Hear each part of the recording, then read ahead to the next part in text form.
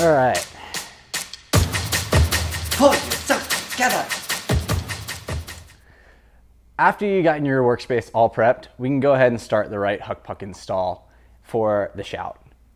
So step one is to remove all the air from the air can. So you want to go ahead and just remove your valve cap, put in your parts bin, install your shock pump.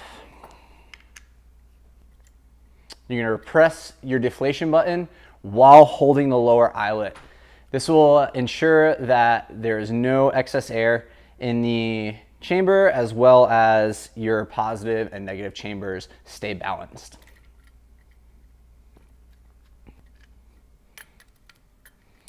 I like to take my 4mm and just depress the valve core just for good measure. It's all good. Next, you can remove the eyelet spacer from the upper eyelet using either the bushing tool or an 8mm Allen.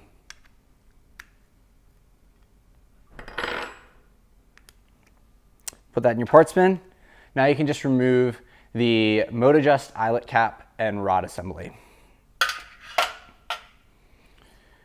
From here, we're going to go ahead and move over to the vise. You want to go ahead and grab some soft jaws if they're not already installed, and go ahead and put your eyelet into the vise.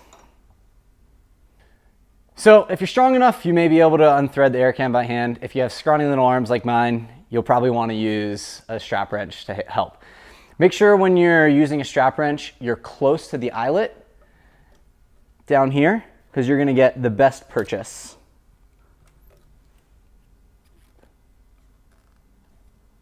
All right, once that's cracked loose, we can unthread the rest of the way by hand. And this is going to expose your Huckpucks. Note that with the shout, there's a permanent spacer in here, and we're going to want to take note of that before we go ahead and install or remove any Huckpucks.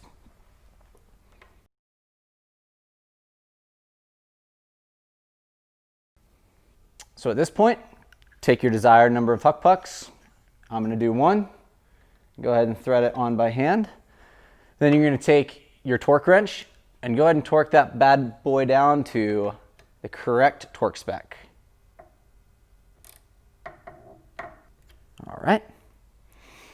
It's important to go to the correct torque spec, because if you over torque it, when you potentially go to remove them later, it could unthread the permanent spacer, and we don't want that to happen. So with that installed, you're going to want to grab your air can again, grab some slick oleum grease, and put a thin layer of slick oleum around the O-ring.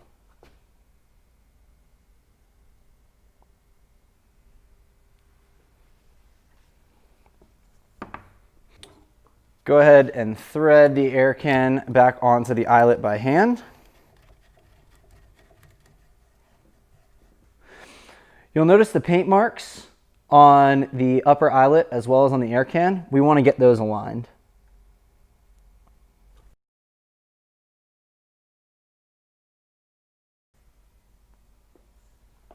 Point to that again. And then from there, we're going to check the eyelet torque for spec. So you'll grab your strap wrench and your torque wrench.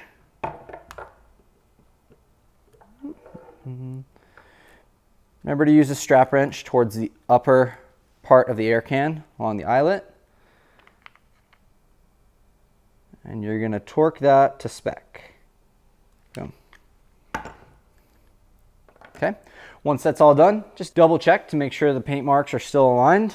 There's paint marks up top by the eyelet, paint marks down low, and some sneaky ones right above the valve block.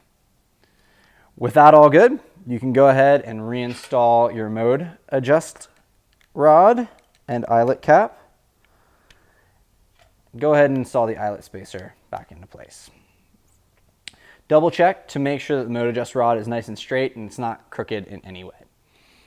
At this point, we're all back together and we can go ahead and pump up back to rider spec.